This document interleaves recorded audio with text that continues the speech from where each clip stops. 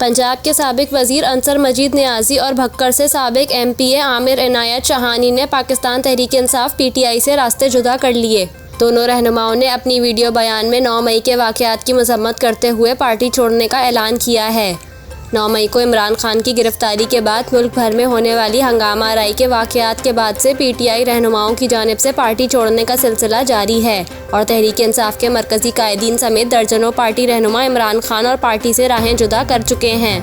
दूसरी जानिब सीनियर सियासतदान जहांगीर तरीन ने गुज़िश्ता दिनों अपनी सियासी जमात इस्तेहकाम पाकिस्तान पार्टी के क़याम का बाज़ाब्ता ऐलान किया था।